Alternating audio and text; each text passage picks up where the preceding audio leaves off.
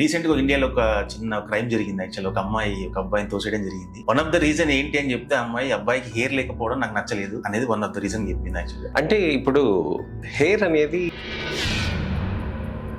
మన ఫ్రెండ్స్ కూడా బట్టబూర ఇట్లా కొరకు కామెంట్ చేయడం వాళ్ళకి ఒక రకమైన ఇన్సల్ట్ లాగా ఫీల్ అవుతున్నారు. చెప్పాలనంటే ఏది కరెక్ట్ కాదండి. మహేష్ బాబు వాళ్ళ పిల్లలు కూడా ఒకసారి ఆయన చెప్పారు యాక్చువల్గా, ఇట్లా ప్రిజర్వేషన్ పెట్టుకున్నామండి మీరు కూడా వేసుకోండి, ఒక చాలా 10-15 years బ్యాక్ చెప్పారు. యాక్చువల్గా చాలా మంచిదండి. యాక్చువల్గా బెడ్స్ ప్రిజర్వ్ చేసుకోండి, మీ ఏజ్ అయిపోతే పిల్లల ప్రాబ్లం అయితే స్పర్మ్ ప్రిజర్వ్ చేసుకోండి అని ఇవి చాలా ఉన్నది, కానీ అంబలికల్ కార్డ్ గురించి ఇంతవరకు నాలెడ్జ్ లేదు ఎవరికి. యాక్చువల్గా చాలా ఇంపార్టెంట్ అండి అంబలికల్ కార్డ్ ప్రిజర్వేషన్స్ అనేటివి. హెయిర్ ఎందుకు ఒకరి స్పాట్లు అక్కడే ఎందుకు వస్తుంది, హెడ్ మీద ఎందుకు వస్తుంది, ప్రైవేట్ స్పాట్ అంటారు అక్కడే హెయిర్ ఎందుకు వస్తుంది? దీంట్లో కొన్ని ఎంజైమ్స్ ఇవి ఉంటాయండి మనకి. సరే, ఐరన్ విటమిన్ ఒకటి, ఐరన్ చాలా ఇంపార్టెంట్. ఐరన్ అని మెగ్నీషియం అని విన్నాను, జింక్, ఇవి చాలా హెయిర్ కు చాలా యూస్ఫుల్ అవుతాయి. మళ్ళీ ఐరన్ సైడ్ ఎఫెక్ట్స్ చాలా ఉంటాయని విన్నాను. ఇక్కడ ఒకటి చాలా ఇంట్రెస్టింగ్ పాయింట్ ఒకటి చెప్తాను. మనకి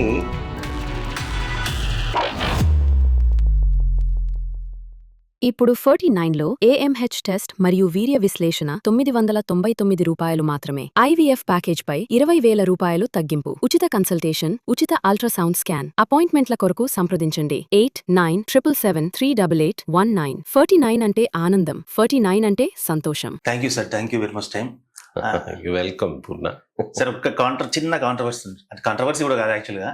రీసెంట్ గా ఇండియాలో ఒక చిన్న క్రైమ్ జరిగింది. యాక్చువల్ ఒక అబ్బాయిని తోసేయడం జరిగింది. అది చాలా ఇండియాలో చాలా పెద్ద కేసు అవుతుంది.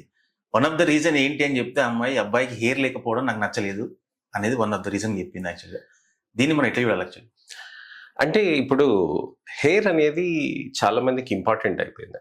అంటే ఇప్పుడు ఎలా ఉంటుందనంటే, ఇప్పుడు ఎస్థెటిక్ ప్రెజెన్స్ అనేది చాలా ఇంపార్టెంట్. ఇప్పుడు ఇంతకు ముందు ఎలా ఉండేదనంటే, ఒక హోదా ఉండాలి, ఒక ఇల్లు ఉండాలి, ఒక కారు ఉండాలి అనేది చూస్తుండేవాళ్ళు. ఎడ్యుకేషన్ ఉండాలి, ఇలాంటివన్నీ క్రైటీరియా అయిపోయేది. ఒక మనిషి సొసైటీలో ఉండాలనంటే ఒక హోదా, ఒక కారు, ఇలాంటివన్నీ ఉండాల్సి ఉండేది, ఒక ఇల్లు ఇలాంటిది ఉండాల్సి ఉండేది. ఇప్పుడు ఏమైపోయిందనంటే, ఇవన్నిటి కాకుండా లుక్స్ కూడా బాగుండాలని ఉండేది. ఇంతకు ముందు కూడా ఉండేది.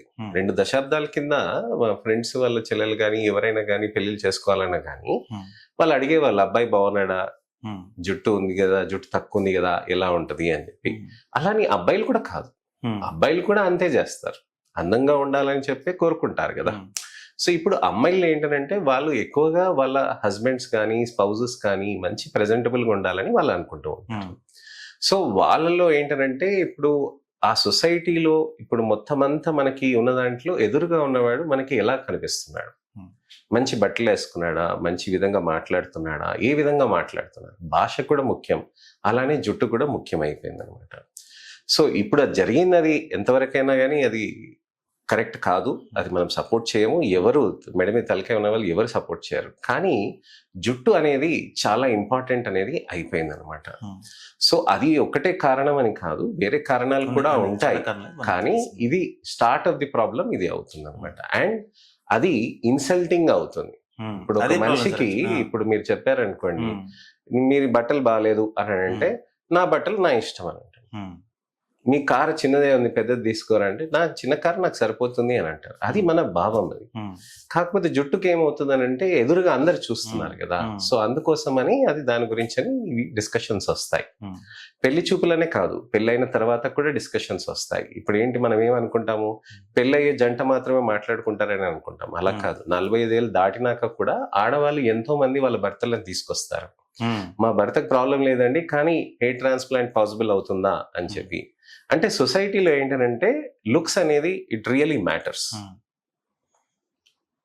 అదే సార్, అంటే బేసిక్ ఎక్కడే సార్ యాక్చువల్లీ, అంటే చాలా మంది దాన్ని డిమోటివేషన్ గా చూస్తున్నారు. యాక్చువల్ కెరియర్ లో కానీ గ్రో కావడానికి కూడా మన ఫ్రెండ్స్ కూడా బట్టబూర ఇట్లా కొరకు కామెంట్ చేయడం వాళ్ళకి ఒక రకమైన ఇన్సల్ట్ లాగా ఫీల్ అవుతున్నారు. అవును, అది సొసైటీలో ఎంతవరకు కరెక్ట్? యాక్చువల్లీ జనరల్గా చెప్పాలనంటే ఏది కరెక్ట్ కాదండి. ఇప్పుడు జుట్టు ఉంటేనే మనిషి విలువనా? జుట్టు ఉంటేనే మనిషికి గుణం ఉంటుందా? జుట్టు ఉన్నవాడు ఎంతమంది మా ఫ్రెండ్ పెళ్లి చూపులో కూడా హెయిర్ లేదు, యాక్చువల్ గా అమ్మాయి రిజెక్ట్ చేసింది, వద్దన్నది. అవును, చాలా మంది ఇప్పుడు ఈ మధ్య కాలంలో చాలా మంది పేషెంట్స్, యంగ్స్టర్స్ అందరు వచ్చి హెయిర్ ట్రాన్స్ప్లాంట్స్ చేయించుకుంటున్నారు, హెయిర్స్ మెయింటైన్ చేయించుకుంటున్నారు. మొన్న మాకు డిస్కషన్ ఒకటి వచ్చింది అనమాట. ఓపీలో అంటే ఒక సెలబ్రిటీస్ అందరు మమ్మల్ని కలిసినప్పుడు క్యాషువల్ మీట్ లో అది ఉన్నప్పుడు ఏమైందంటే మనకి అసలుకి ఓపీలో అందరు ఆడవాళ్ళు వస్తారేమో బ్యూటీ క్లినిక్స్ కి, స్కిన్ క్లినిక్స్ కి అని అనుకుంటున్నారు అనమాట. యాక్చువల్లీ కాంట్రరీ ఏంటంటే మాకు మగవాళ్ళు ఎక్కువ శాతంలో ఉంటారు. ఓకే. అందరు ఏమనుకుంటారు, ఆడవాళ్ళు మాత్రమే ఎక్కువ. లుక్స్ కోసం అని ఇన్వెస్ట్ చేస్తున్నారు అని అనుకుంటున్నారు. కాదు, మగవాళ్ళు ఎక్కువ ఇన్వెస్ట్ చేస్తూ ఉంటారు. ఎందుకంటే వాళ్ళకి ట్యానింగ్ ఎక్కువ ఉంటుంది, వాళ్ళకి స్ట్రెస్ ఎక్కువ ఉండటం తోటి వాళ్ళకి జుట్టు ఊడిపోవటాలు ఉంటాయి, అనేక రకమైన స్కిన్ ప్రాబ్లమ్స్ ఉంటాయి, హెయిర్ ప్రాబ్లమ్స్ ఉంటాయి. సో మగవాళ్ళు అనేది వాళ్ళు దానికి తగ్గట్టుగా టైంకి ఇన్వెస్ట్ చేసుకుంటున్నారు. ఎందుకనంటే చేంజింగ్ సొసైటీ టైమ్స్. ఇప్పుడు 20 ఏళ్ల కిందట బట్టతలలు లేకుండానా, ఉన్నాయి, 40 ఏళ్ల కింద బట్టతలలు లేకుండానా, ఉన్నాయి. మనం ఖచ్చితంగా ఇంటర్మీడియట్ ఆ టైంలో చూసుకుంటే మన ఫ్రెండ్స్ లలో ఎవరో ఒకరికి బట్టతలలు ఉండేవి అవును. ఆ వయసులో 20 ఏళ్ళకి. అవును. ఇప్పుడు కూడా ఉంటున్నాయి, కాకపోతే ఇప్పుడు నంబర్స్ పెరిగాయి. అప్పట్లో నంబర్స్ తక్కువ ఉండేటిది. అప్పట్లో మనం ఏమనుకునే వాళ్ళం, ఆ బట్టతలో ఉన్నవాడు వాడు ఏం చేస్తుండే, వాడికి తల మీద జుట్టు లేకుండే కదా, వాడు ఏం చేస్తున్నాడు, తనేం చేస్తుంది అని చెప్పి మనం డిస్కషన్ చేసుకునే వాళ్ళం. కానీ ఇప్పుడు ఏమైపోతుందనంటే ట్రీట్మెంట్, యాక్సెస్ టు ట్రీట్మెంట్ అనేది కూడా పెరిగింది, అవేర్నెస్ ఇన్ ద పబ్లిక్ పెరిగింది. ఇప్పుడు హెయిర్ లాస్ ఉంది అని అంటే అర్లియస్ట్ గా వచ్చేస్తున్నారు నా దగ్గర. గ్రేడ్ 1 ఉన్నా, గ్రేడ్ 2 ఉన్నా. కొంతమంది తల్లులు వాళ్ళ పిల్లల్ని తీసుకుని వస్తారు, సార్ మా వారికి బట్టతల ఉంది, మా చిన్నోడికైనా బట్టతల వస్తుందా చూడండి సార్, ఆయనకుంది ఆయనకు వదిలేసేయండి, ఆయన గురించి మనకు పట్టింపు లేదు, కానీ మా అబ్బాయికి అయితే రావద్దు. సో ఇలాంటి వాళ్ళు ఎర్లీ యాక్సెస్ టు ట్రీట్మెంట్ అనేది తెలుసుకొని ముందే ట్రీట్మెంట్స్ చేసుకుంటున్నారు. And in a way it is always better. మొత్తం జుట్టు ఊడిపోయినాక ట్రాన్స్ప్లాంట్స్ చేస్తాం, కానీ ఊడిపోకుండా కాపాడుకుంటే న్యాచురల్ గా మంచిదే కదా. సో సొసైటీలో ఇలాంటి ప్రాబ్లమ్స్ ఎప్పటి నుంచో ఉండేది. అప్పుడు వాళ్ళకి ట్రీట్మెంట్స్ ఉన్నాయని తెలియదు, ఇప్పుడు ట్రీట్మెంట్స్ అనేటివి అనేకమైనాయి, ఇప్పుడు ఉన్నాయని తెలుస్తున్నాయి, అందుకోసమే వాళ్ళు యాక్సెస్ చేసుకుంటున్నారు. సార్ మనం జెనెటికల్ హెయిర్ లాస్ ను ఇప్పుడు రివర్సిబుల్ చేయొచ్చు అంటే? జెనెటికల్ హెయిర్ లాస్ కంపల్సరీ జరుగుతుంది, వద్దన్నా అవునన్నా మన ఫాదర్ కు ఉంటే కంపల్సరీ మనకు వచ్చేస్తుంది, దాన్ని మనం ఆపలేం. అంతే. దాన్ని మనం లేట్ చేయొచ్చా, లేకుంటే దాన్ని మనం జెనెటికల్ గా ఏమన్నా ఆపే అవకాశం ఉందా? జెనెటికల్ గా మనం వచ్చిందని ఎప్పుడు మార్చలేం. ఇప్పుడు నేను అదే చెప్తాను నా పేషెంట్స్ కి, బాబాయ్ కళ్ళు వస్తాయి, మామయ్య చెవులు వస్తాయి, అమ్మది ముక్కు వస్తుంది. అలానే మనకేంటంటే బాబాయ్దో, మామయ్యదో, తాతయ్యదో ఒకరితో ఒకటి జుట్టు వచ్చేస్తుంది. ఆ జుట్టు పోలిక వచ్చింది ఎప్పుడు కూడా ఉండిపోతాయి. మన ముక్కు స్ట్రక్చర్ మారుతుందా, సర్జరీస్ చేయించుకుంటాం, ముక్కుది కొద్దిగంత మారుతుంది, అంతేగాని పూర్తిగా మారదు కదా. సో పోలికలు అనేటివి ఎప్పుడు ఉంటాయి, మనతోటి శాశ్వతంగా ఉండిపోతాయి. ఆ పోలికల్లో జుట్టు పోలిక కూడా ఒకటి. సో దాన్ని ఎప్పుడు కూడా మనం మార్చలేం, కానీ ఎప్పుడు పోస్ట్ పోన్ చేయొచ్చు. నా దగ్గర ఇప్పటికీ నేను చెప్తాను, ఒక మెడికల్ స్టూడెంట్ ఉన్నాడు, 10 ఏళ్ల క్రిందట నా దగ్గరకు వచ్చేవాడు. 10 ఏళ్ళు ఏంటి, ఇంకా 12 ఏళ్ళు 13 ఏళ్ళ క్రిందట వచ్చేవాడు అనమాట. ఆ టైంలో తను మెడికల్ సెకండ్ ఇయర్ ఉండేవాడు అనమాట. ఇప్పుడు కన్సల్టెంట్ గా అయిపోయాడు. ఈ టైంలో కూడా తను ఎప్పుడు కూడా ట్రీట్మెంట్ అనేది రెగ్యులర్ గా చేసుకునేవాడు. సో అప్పటి నుంచి తను రెగ్యులర్ గా చేసుకుంటున్నా ఇప్పుడు మెయింటైన్ అవుతుంది. సో ఆనాడు గనక తను వదిలేసినైతే ఇప్పుడు ట్రాన్స్ప్లాంట్కి వెళ్ళిపోవాల్సి వచ్చేది. సో ఇక్కడ ఏంటంటే ఎప్పుడు కూడా మెయింటైన్ చేసుకుంటూ ఉండవచ్చు. ఏముంటుంది, ఒక లోషన్ పెట్టుకోవటం, ఒక టాబ్లెట్ వేసుకోవటం, షాంపూ ఎలాగో రెగ్యులర్ గా చేసుకుంటాం, మెయింటెనెన్స్ అంతే ఉంటుంది, అంతకంటే ఏముంటుంది, సింపుల్ గా చేసుకుంటారనమాట. ట్రాన్స్ప్లాంట్ చేసినాకైనా అదే, ట్రాన్స్ప్లాంట్ చేయకమున్నా అదే. So better to maintain, always better. ఇక్కడ ఒక వీడియోలో one of the shocking incident ఏంటంటే సార్, ఒకతనికి బాల్డ్ హెడ్ వచ్చింది, వాళ్ళ ఫాదర్కి బాల్డ్ హెడ్ లేదు, వాళ్ళ మామయ్యకి వాళ్ళకి బాల్డ్ హెడ్ లేదు, అతనికి బాల్డ్ హెడ్ వచ్చింది కదా. ఆయనకు తర్వాత చెకప్ ద్వారా DNA చెకప్ చేస్తే ఎవరికో వాళ్ళ గ్రేట్ గ్రాండ్ ఫాదర్కి ఎవరికో బాల్డ్ హెడ్ ఉన్నాయంట, అది ఈయనకు ట్రాన్స్ఫర్ అయిందంట. అంటే అట్లా జరుగుతుందా అంటే? అప్పటికిప్పుడు గ్రాండ్ ఫాదర్ ఉన్న బాల్డ్ హెడ్ ఉన్న వారికి ఇప్పుడు వస్తుందా వీళ్ళకి? జనరల్ గా మనం నా ఫాదర్కి ఉంటే మా ఫాదర్కి ఉంది కాబట్టి నాకు వచ్చింది అనుకుంటాం, కానీ వాళ్ళ ఫాదర్కి లేదు, ఈయనకు వచ్చింది. నేను ఇదే చెప్తాను, చాలా మంది క్లయింట్స్ నా దగ్గరకు వచ్చి చెప్తారు, మా మామయ్యకి లేదు, మా బాబాయ్కి లేదు, మా చుట్టాల్లో ఎవరికి లేదు, మా తాతకి లేదు, మా తాతకి 70 ఏళ్ళు సార్, చనిపోయేదాకా కూడా జుట్టు అంతా బాగుండే అని చెప్పి చెప్తారు. జన్యుపరంగా వచ్చేటివి అన్నీ కూడా 10 తరాలు ఉంటాయి. సో మనం ఇప్పుడు గమనిస్తే, ఇప్పుడు ఎవరైనా కానీ మనకి ఉన్నప్పుడు వాళ్ళ అమ్మ కళ్ళు వస్తాయి, నాన్న ముక్కు వస్తుంది, చెవు వాళ్ళ బాబాయ్ది వస్తుంది, మూతి వాళ్ళ ఎవ్వరిది పోలికలు ఉండవు. ఎలా వస్తుంది? ఇప్పుడు జీన్ అనేది న్యాచురల్ గా అన్ని జనరేషన్స్ త్రూనే కదా వెళ్ళేది. మన పూర్వీకుల నుంచే ప్రతి జీన్ వచ్చేది, మనకు ఆ జీన్ అనేది స్కిప్ అవుతూ వస్తుంటది. ఎపిజెనెటిక్స్ అనే కాన్సెప్ట్స్ అనమాట. ఎపిజెనెటిక్స్ అనేది న్యూ కాన్సెప్ట్ అనమాట. అంటే ఇప్పుడు జెనెటిక్స్ అనేది మనకి జన్యుపరంగా మనకు వచ్చేస్తుంది అనేది మనకు తెలుసు, కానీ ఎపిజెనెటిక్స్ అనేది ఏంటంటే బ్యాడ్ జీన్స్ ని సప్రెస్ చేస్తాయి. సో ఆ ఎపిజెనెటిక్స్ అనేది మంచి జీన్స్ అనమాట, అవి దాన్ని సప్రెస్ చేస్తాయి. ఎప్పుడైతే స్ట్రెస్ వస్తుందో, లేకపోతే ఇతరత్ర ప్రాబ్లమ్స్ వస్తాయో, లేకపోతే ఆరోగ్య రీత్యా ఏమైనా ప్రాబ్లమ్స్ వస్తాయో, అవి అన్మాస్క్ అవుతాయి. ఓకే. సో లోపల ఉన్న జెనెటిక్స్ అనేది దానికి మెల్లమెల్లగా బ్యాడ్ జీన్స్ అనేవి బయటికి రావడం మొదలవుతాయి. ఓకే. ఇప్పుడు మీరు గమనిస్తే బట్టతలలు కానీ, లేకపోతే హెయిర్ లాస్ అవుతున్న వాళ్ళకి, లేకపోతే ఇతరత్ర ఆరోగ్య ప్రాబ్లమ్స్ కూడా కేవలం జుట్టు గురించి అని కాదు, చర్మం గురించి అని కాదు, ఏదైనా కానీ స్ట్రెస్ అయినాక ఇవన్నీ మొదలవుతాయి. మీరు గమనించి ఉండాలి, 5 ఏళ్ల క్రితం కోవిడ్ వచ్చినాక చాలా మంది చెప్పటం మొదలు పెట్టారు, కోవిడ్ వచ్చి పోయినాక నాకు ఈ ప్రాబ్లమ్స్ అన్ని మొదలైనాయండి కదా. అవును సార్. సో ఆ ట్రిగ్గర్స్ అన్నమాట, ఆ ట్రిగ్గర్ అనేది అన్మాస్క్ చేస్తుంది. అన్మాస్క్ చేసినప్పుడు ఇది బ్యాడ్ జీన్ వస్తుంది. సో బట్టతల అనేది జెనెటిక్ గా ఎప్పటి నుంచో ఉంటుంది, కానీ ఆ సడన్ స్ట్రెస్ ఫ్యాక్టర్ తోటి అది అన్మాస్క్ అవుతుంది. సో ఆ జెనెటిక్స్ అనేటివి, ఎపిజెనెటిక్స్ అనేటివి చాలా డీప్ కాన్సెప్ట్స్ అన్నమాట. ఇది చాలా షాకింగ్ ఉంది సార్. మీరు 10 తరాల జెనెటిక్స్ కూడా మనకు ఇప్పుడు 49లో AMH టెస్ట్ మరియు వీర్య విశ్లేషణ 999 రూపాయలు మాత్రమే. IVF ప్యాకేజ్ పై 20,000 రూపాయలు తగ్గింపు. ఉచిత కన్సల్టేషన్, ఉచిత అల్ట్రాసౌండ్ స్కాన్. అపాయింట్మెంట్ల కొరకు సంప్రదించండి 8977738819. 49 అంటే ఆనందం, 49 అంటే సంతోషం. ట్రాన్స్ఫర్ అయ్యే అవకాశం ఉందంటే అది అంతే కదా. మనకి ఏ విషయమైనా జన్యుపరంగా వచ్చేటి 10 తరాలకి సంబంధించింది ఉంటుంది. ఇప్పుడు పెళ్లి చూపులు చూసుకునేటప్పుడు 7 తరాలు చూడాలని అంటారు కదా. ఎందుకని అంటారు? 7 తరాలు వాడికి ఆస్తి, వాడి తాతకి ఎంత ఉంది, వాడి ముత్తాతకి ఆస్తి ఎంత ఉంది, అది ఉండదుగా ఆస్తులు ఎప్పుడు కూడా.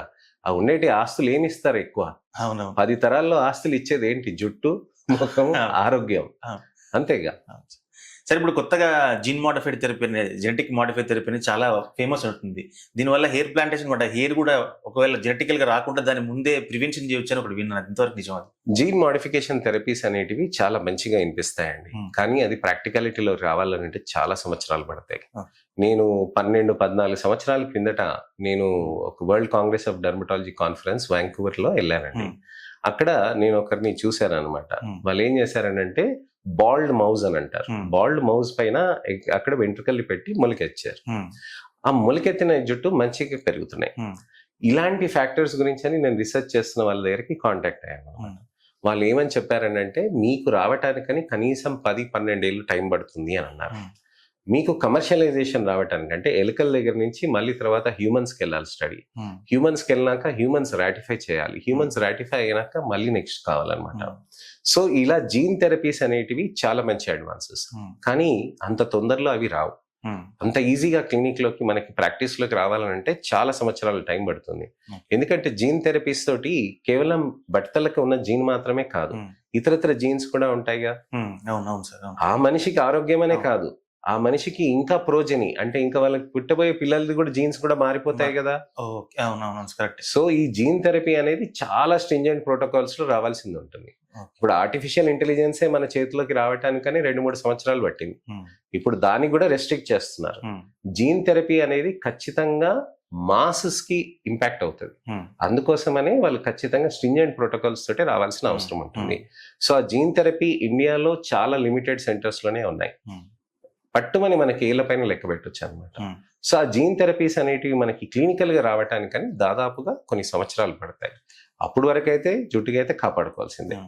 అంటే ఈ మధ్య చూస్తాం సార్, పుట్టిన పిల్లలకి ఆ పేగ్ ఏదో సంథింగ్ స్టోర్ చేసుకోవడం వల్ల ఫ్యూచర్ లో వాళ్ళకి వచ్చే వ్యాధులను మనం ఇక్కడి నుంచి నియంత్రించవచ్చు అనే ఒక ఐడియా ఉంది కదా. దాని త్రూ ఏదైనా ఇట్లా ఏమైనా యూస్ఫుల్ ఉందా అని అనిపించింది. మన హైదరాబాద్ లో కూడా ఇలాంటివి టెక్నాలజీస్ ఉన్నాయండి. వాళ్ళు ల్యాబ్స్ అనేటివి, హాస్పిటల్స్ అనేటివి, నాకు తెలిసిన ఒక మంచి డాక్టర్, గైనకాలజిస్ట్ డాక్టర్ మేడం కూడా చాలా మంచిగా రీసెర్చ్ చేస్తున్నారు, చాలా డెడికేటెడ్ గా చేస్తున్నారు అనమాట. దీనే మీసెన్కైమల్ స్టెమ్ సెల్స్ అని అంటారు అనమాట, MSC అని. ఇవి చాలా highly enriched in stem cells ఉంటాయి అనమాట. కానీ ఈ స్టెమ్ సెల్స్ ఏవైతే బయటికి తీస్తామో ఎక్స్ట్రాక్షన్ ఒక పద్ధతి, కానీ ఎక్స్ట్రాక్షన్ చేసింది మనకి ఫ్యూచర్ లో ఎప్పుడైనా కానీ మంచి బెనిఫిటే. నేను ఎప్పుడు అదే అంటాను, అంబలికల్ కార్డ్ డొనేషన్ అనేది, అంబలికల్ కార్డ్ ప్రిజర్వేషన్ అనేది చాలా ఇంపార్టెంట్ అనమాట. పుట్టిన ప్రతి పిల్లలకి చేయించాలి. మా 2 పిల్లలకి మేము చేయించాం ఖచ్చితంగా. సో ఈ ప్రిజర్వేషన్ అనేది చాలా ఇంపార్టెంట్. ఎందుకనంటే రేపు ఫ్యూచర్ లో ఏదైతే మనకి టెక్నాలజీ వస్తుందో ఆ టెక్నాలజీని బట్టి వీళ్ళు దాన్ని యూజ్ చేయొచ్చు. సో మీసెన్కైమల్ స్టెమ్ సెల్స్ తోటి కూడా మనకి జుట్టు పెరిగిన సందర్భాలు రీసెర్చ్ లో ఉన్నాయి, కానీ కమర్షియల్ గా లార్జ్ స్కేల్ లో చేయటానికని చాలా టైం పడుతుంది. ఎందుకనంటే ఏదైతే స్టెమ్ సెల్ ఉంటుందో ఆ స్టెమ్ సెల్ ఏదైనా మారొచ్చు. మీకు ఎముకగా మారొచ్చు, కొవ్వుగా మారొచ్చు, కండరంగా మారొచ్చు, కంటిగా మారొచ్చు, ముక్కుగా మారొచ్చు, ఏదైనా మారొచ్చు. కానీ అది డిఫరెన్సియేషన్ కి ఆ ఫ్యాక్టర్ ఉండాలి. ఏదైతే మూలకణం ఉందో ఆ మూలకణంకి డిఫరెన్సియేషన్ అవుతే అప్పుడు దాంతో ఇది అవుతుంది అన్నమాట. సో ఆ మూలకణం చెప్పింది అనుకోండి, మూలకణానికి ఆ డిఫరెన్షియేటింగ్ ఫ్యాక్టర్ అని ఒక కెమికల్ లాగా ఉంటుంది అనమాట. ఆ డిఫరెన్షియేటింగ్ ఫ్యాక్టర్ చెప్పింది అనుకో, నువ్వు చర్మకణం కావాలి అని, చర్మకణం అయిపోతుంది, స్కిన్ ఫామ్ అవుతుంది. మీకు ఆ మూలకణంకి మీకు కొవ్వు లేయర్ నువ్వు కావాలి, కొవ్వు కావాలి నువ్వు అని వేరే డిఫరెన్షియేటింగ్ ఫ్యాక్టర్ ఉంటుంది, అది వచ్చి కూర్చుందని అంటే అది కొవ్వులాగా మారుతుంది. ఇంకోటి ఉంటుంది డిఫరెన్షియేటింగ్ ఫ్యాక్టర్, అది మన మూలకణాన్ని కట్టుకొని కూర్చొని కండరంగా మారాలి అని అన్నారు అనుకోండి, కండరంగా మారుతుంది. మూలకణంలో ఉన్న బలం అది. సో ఆ మూల కణాలని మనకి స్టిమ్యులేట్ చేయడానికి ఆ డిఫరెన్షియేటింగ్ ఫ్యాక్టరే మనకి ఇంకా రీసెర్చ్ అవుతుంది. మూల కణాలు మనం ఎక్స్ట్రాక్ట్ చేయగలుగుతాం, కానీ ఏవైతే డిఫరెన్షియేటింగ్ ఉందో దానికే మనం రీసెర్చ్ చేస్తున్నాం అనమాట. ఇది ఇప్పుడు అంటే రియల్ లైఫ్ లో ఇప్పుడు జరుగుతుందా సార్, ప్రాక్టికల్ ఉందా? అంటే ప్రిజర్వేషన్ మహేష్ బాబు వాళ్ళ పిల్లలు కూడా ఒకసారి ఆయన చెప్పారు యాక్చువల్గా, ఇట్లా ప్రిజర్వేషన్ పెట్టుకున్నామండి మీరు కూడా వేసుకోండి, ఒక చాలా 10-15 years బ్యాక్ చెప్పారు. యాక్చువల్గా చాలా మంచిదండి. యాక్చువల్గా చాలా మంది ఇది ప్రమోట్ చేయాలి, ఎందుకంటే అంబలికల్ కార్డ్ ప్రిజర్వేషన్స్ అనేటివి చాలా మంచిది. మనకి ఎప్పుడైనా కానీ పిల్లలకి మనం ఆస్తులు ఇస్తాం, డబ్బులు ఇస్తాం, ఇవన్నీ ఇస్తాం, ఆరోగ్యం కూడా ఇవ్వాలి. నా ఉద్దేశంలో అయితే ఎప్పుడు కూడా అంతే, మనం ఆరోగ్యం ఇచ్చామనంటే వాళ్ళు ఏదైనా సాధించుకుంటారు. సో వాళ్ళకి ఎప్పుడైనా కానీ ఏదైనా ఆరోగ్యరీత్యా ప్రాబ్లమ్స్ ఒక 20 ఏళ్ళు 30 ఏళ్ళు దాటిన తర్వాత ఇవే మాడిఫైడ్ జీన్ థెరపీస్ ఏమైనా మనకి బెనిఫిట్ గా వచ్చాయనుకోండి, వాళ్ళకి అది పాత యూజ్ చేసుకొని మాడిఫై చేసుకొని ఇవ్వచ్చు కదా, చేసుకోవచ్చు. అవును సార్. సో అందుకోసమనే అంబలికల్ కార్డ్ ప్రిజర్వేషన్ అనేది చాలా మంచిది ఎప్పుడు కూడా.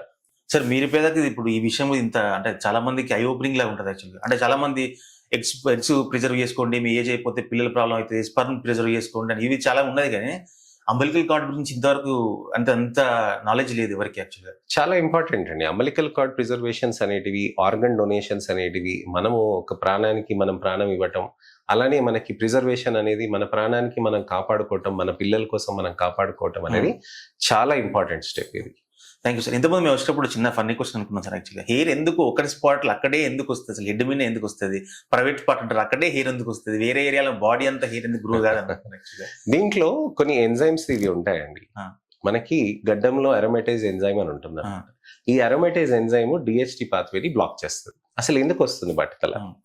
బట్టతల అనేది మనకి డైహైడ్రో టెస్టోస్టిరాన్ అని ఒక హార్మోన్ ఉంటుంది. అది ఎక్కడి నుంచి వస్తుంది? టెస్టోస్టిరాన్ నుంచి వస్తుంది అనమాట. టెస్టోస్టిరాన్ నుంచి 5-alpha రిడక్టేస్ అనే ఎంజైమ్ దాన్ని మనకి డిహెచ్టిగా మార్చేస్తుంది. ఈ డైహైడ్రో టెస్టోస్టిరాన్ అనేది ఏం చేస్తుంది? జుట్టుని పల్చగా చేసేస్తుంది. సో ఈ డైహైడ్రో టెస్టోస్టిరాన్ అనేది రిసెప్టార్స్ ఉంటాయి. ఆ రిసెప్టార్స్ అనేటివి మనకి జుట్టు పై భాగంలో ఇక్కడ ఈ భాగంలో ఎక్కువ డిస్ట్రిబ్యూట్ అయి ఉంటాయి, ఇక్కడ కూడా డిస్ట్రిబ్యూట్ అయి ఉంటాయి, కానీ తక్కువ ఉంటాయి. సో జన్యుపరంగా ఇలా డిస్ట్రిబ్యూట్ అవ్వాలనేది జన్యుపరంగా రాసి ఉంటుంది. సో ఆ జన్యుపరంగా రాసింది కాబట్టి ఆ ఏరియాలోనే ఎక్కువగా బట్టతలలు అనేవి అవుతాయి అనమాట. మరి అదే డిహెచ్టి ఇక్కడ సర్క్యులేట్ అవుతుంది, ఇక్కడ ఎందుకు కాదు అని అడుగుతున్నారు. ఇక్కడ ఎందుకు కాదు అంటే అరోమేటేజ్ ఎంజైమ్స్ అని ఉంటాయి అనమాట. ఈ అరోమేటేజ్ ఎంజైమ్స్ అనేటివి ఇక్కడ ఉన్నాయి, డిహెచ్టిని న్యూట్రలైజ్ చేస్తాయి. సో అందుకోసమని అప్పుడు ఇది మనకి బట్టతలలు అనేవి ఇక్కడ రావు. అదొకటి. రెండోది ఏంటంటే ఆ అరోమేటేజ్ ఎంజైమ్స్ ని దాన్ని మంచిగా తీసి జుట్టుకు పెడితే ఇక్కడ భాగంలో మనకి జుట్టుని డిహెచ్టి న్యూట్రలైజ్ చేయగలుగుతున్నాం అనే రీసెర్చ్ కూడా జరుగుతుంది. సో అవి కూడా ఒక ఫార్ములేషన్ లో, ఒక లిపిడ్ ఫార్ములేషన్స్ లో, ఒక లోషన్స్ లాగా రావడానికి ప్రయత్నం చేస్తుంది. ఓకే, ఇది సేమ్ అంటే ప్రైవేట్ పార్ట్స్ లో కూడా హెయిర్ వస్తాయి కదా సార్, అంటే సేమ్ ఫార్ములా అక్కడ కూడా అదే వర్కౌట్ అవుతుందా? సేమ్ అలానే ఉంటుంది, చాలా మట్టుకు అంతే, అన్ని భాగాల్లో అంతే. డిహెచ్టి రిసెప్టార్స్ అనేటివి ఉండాలి జుట్టుకి. మనకి ఇది ఫ్యాన్ స్విచ్ లాగా. ఇప్పుడు మన ఫ్యాన్ రెగ్యులేటర్ ఉంటుంది, మనం స్విచ్ చేస్తాం, రెగ్యులేటర్ ఆన్ చేస్తాం. సో స్విచ్ చేసినప్పుడు మనకి డిహెచ్టి ప్రొడక్షన్ అవుతుంది. రిసెప్టార్స్ అనేటివి డిహెచ్టికి అనుగుణంగా పనిచేయాలి. అంటే రిసెప్టార్, ఇప్పుడు మనం రెగ్యులేటర్ అనేది 5 స్పీడ్ మీద పెట్టామనుకోండి, అది 1 స్పీడ్ మీద కూడా తిరుగుతూ ఉంటుంది. మనం 1 స్పీడ్ పైన పెట్టామనుకోండి రెగ్యులేటర్ ని, ఫ్యాన్ 5 స్పీడ్ పైన కూడా తిరుగుతుంటుంది. సో ఆ లూజ్ కనెక్షన్ అంటే ఆ రెగ్యులేటర్ ఏ విధంగా అయితే పని చేస్తుందో ఆ హార్మోన్ అనేది వచ్చి ఆ రిసెప్టార్ కి చేసినా కానీ, ఎంత ఎక్కువనా కానీ ఈ రిసెప్టార్ ఆరోగ్యంగా ఉంటే దానికి పని చేయదు. ఈ రిసెప్టార్ కూడా దానిలాగానే ఫాల్టీగా అయిపోయిందని అంటే అప్పుడు డిహెచ్టి చెప్పిన మాటలాగా ఏంటది. సో ఈ బయోసింక్రనీ అనేది మనకి హెయిర్ ఫాలికల్ దగ్గర ప్రతి కణం దగ్గర జరుగుతుంది అనమాట. నేను ఒక వీడియో చూసాను సార్, మనకు ఎవల్యూషన్ బ్యాక్ లో మనకు హోల్ బాడీ అంటే ఎలుగుబంటికి ఉన్నట్టు మనకు కూడా హోల్ బాడీ అంతా హెయిర్ ఉండేది, కానీ ఎవల్యూషన్ లో అదంతా పోయి ఈ మిగిలిన పార్ట్లలో ఉంది అని. కరెక్ట్ అండి, కరెక్ట్. మనము అంతా ఏప్స్ నుంచి ఎవాల్వ్ అయ్యాం, అంతా కోతుల నుంచే మనం ఎవాల్వ్ అయినాం. కోతుల నుంచి చింపాంజీస్, ఈ ఒరాంగుటాన్స్ అన్ని రకాలుగా అయినాయి అనమాట.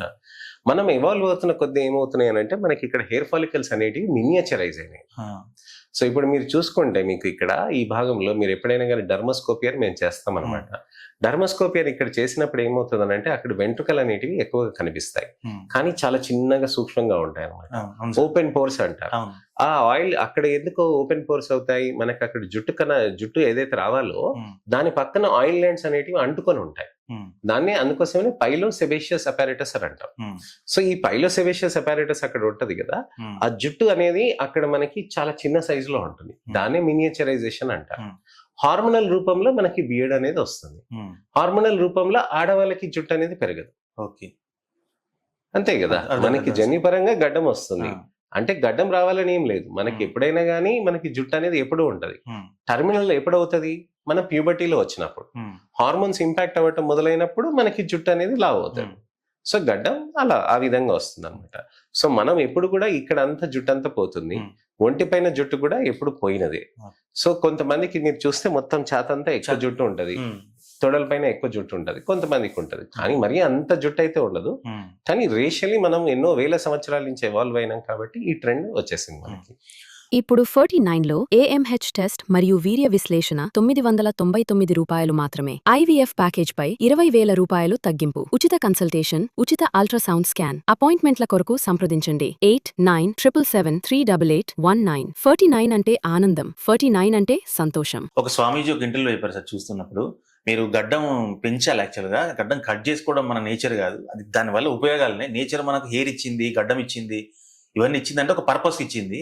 మీరు వాడిని ఎందుకు తీసేస్తున్నారో, తీయడం కరెక్ట్ కాదు అన్నారు. అంటే అది ఉండడం వల్ల లాభాలనే, తీయడం వల్ల నష్టాలనే ఏంటి సార్? హెయిర్ లెంత్ తోటి హెయిర్ గ్రోత్ తోటి సంబంధం లేదండి. హెయిర్ లెంత్ తోటి మన ఆరోగ్యానికి ఎటువంటి సంబంధం లేదు. అంటే మనం ఆరోగ్యంగా ఉంటే హెయిర్ గ్రోత్ అనేది మంచిగా ఉంటుంది. మనం ఆరోగ్యము మనకి హెయిర్ గ్రోత్ తగ్గితే ఆరోగ్యం తగ్గుతుంది అనేది నేను చెప్పను. సో ఇది సివిలైజ్డ్ సొసైటీలో మనం ఉన్న అపియరెన్స్ లో ఇది చాలా ఇంపార్టెంట్. ఇప్పుడు మనము నేచర్ ఇచ్చింది కదా అని చెప్పేసి మనం ఓన్లీ గుడ్డ కప్పుకొని మనం తిరుగుతామా? This is civilized society. వాళ్ళన్న వ్యూ కరెక్ట్ ఉంటుంది. వాళ్ళన్నది ఎప్పుడు కూడా మనం నష్టం అయితే లేదు, మనం తీసేయడం వల్ల కానీ పెంచడం వల్ల కానీ నష్టం ఇదేమి ఉండదండి. నేను అనటం అయితే అది ఆరోగ్య సూత్రాల్లో వాళ్ళు ఏమైనా చెప్తున్నారంటే అది ఓకే, కానీ సివిలైజ్ సొసైటీలో మనం షేవింగ్ చేయటం అనేది మనకి అనివార్యం. ఇప్పుడు ఏదైతే మనకి పురాణాల్లో రాస్తుందో దాన్ని మనం ఇంప్లిమెంట్ చేయాలి, కానీ పురాణాల్లో అయితే ఇది రాసిలేదుగా. కృష్ణుడు బాగానే అందంగా ఉండేవాడు, రాముడు అందంగా ఉండేవాడు, శివుడు అందంగా ఉండేవాడు. ఎలా ఉండే? వాళ్ళ పనులు వాళ్ళు చేశారు. సో మనకి దేవుళ్ళు అనేటివి ఎప్పుడు కూడా చక్కగా ఉండేవాళ్ళు. మనం కూడా సివిలైజ్ సొసైటీలో, అప్పుడు కూడా సివిలైజ్ సొసైటీయే. ఆ రోజు కూడా దేవుడు ఉన్న కాలాల్లో కూడా 10,000 సంవత్సరాలు 5,000 సంవత్సరాల కిందట కూడా సివిలైజ్ సొసైటీలో వాళ్ళు సివిలైజ్ విధంగా ప్రెజెంట్ అయ్యేవాళ్ళు. సో ఇది కూడా అంతే. సరే, ఇప్పుడు as a middle class boy, నేను కూడా మిడిల్ క్లాస్ కాబట్టి ఇప్పుడు చాలా కాస్ట్లీ అయింది యాక్చువల్లీ ట్రీట్మెంట్స్ ఇవన్నీ. కొంచెం ఒకవేళ మేము అక్కడ హెయిర్ థిన్నింగ్ అని హెయిర్ ఫాలింగ్ అని ఇప్పుడు చాలా న్యాచురల్గా అయిపోతుంది, కానీ హాస్పిటల్స్ రావాలంటే అబ్బో ఎందుకులే ఇంత ప్రైజ్, మళ్ళీ అది ఇదని ట్రీట్మెంట్స్ కూడా చాలా కాస్ట్ ఉన్నాయి. లో బడ్జెట్లో హెయిర్కి ఏమైనా రొటీన్ ఏదైనా ఉంటే మీరు ఇది మెయింటైన్ చేసుకోండి, ఈజీగా అయిపోతుంది, అటువంటి ఏమన్నా చిట్కాలు చెప్పండి. సింపుల్ చిట్కాలండి. 9 గంటలకు పడుకోవాలి, ఆహారం మంచిగా తినాలి, పౌష్టిక ఆహారం తినాలి, మంచిగా మెడిటేషన్ చేసుకోవాలి, డీస్ట్రెస్ కావాలి. ఇవి చేస్తున్నామనంటే హెయిర్ లాస్ ప్రోగ్రెషన్ అనేది ఖచ్చితంగా ఆగుతుంది. దాంట్లో క్వశ్చనే లేదు. నేనైతే అది చెప్తున్నాను. ఆగలేదని అంటే మాత్రం మా దగ్గరికి రావు, అదైతే నేను చెప్తున్నా. ఎందుకనంటే దీంట్లో ఇక్కడ 2 విషయాలు ఉంటాయి, ఫిజియాలజీ, పెథాలజీ. ఫిజియాలజీ అని అంటే నార్మల్గా ఉండేదాన్ని నార్మల్ గా మెయింటైన్ కావాలి. పెథాలజీ అంటే ఏంటి అని అంటే మనకి ప్రాబ్లమ్స్ అయిపోవటం అక్కడ. సో ఇప్పుడు జ్వరం వచ్చింది, జ్వరం వచ్చినప్పుడు మనం 1 రోజు చూస్తాం, 2 రోజులు చూస్తాం, వారం రోజులు జ్వరం ఉండి అయితే మనం వదిలేం కదా, అప్పుడైతే ట్రీట్మెంట్ కావాల్సిన అవసరం ఉంటుంది. 1 రోజు జ్వరం అని చూడొచ్చానంటే చూడొచ్చు, 2వ రోజు ఓకే ప్రయత్నం చేయొచ్చు, కానీ 3వ రోజు అయితే చేయి దాటకూడదు కదా, అది ఖచ్చితంగా చేసుకోవాలన్నమాట. హెయిర్ లాస్ లో ఇదే చెప్తాను. చిట్కాల్లో ఏంటంటే మంచి ఆరోగ్యవంతమైన ఫుడ్డే నేను చెప్తాను. నేను ప్రతి పేషెంట్ కి నేను చెప్తాను.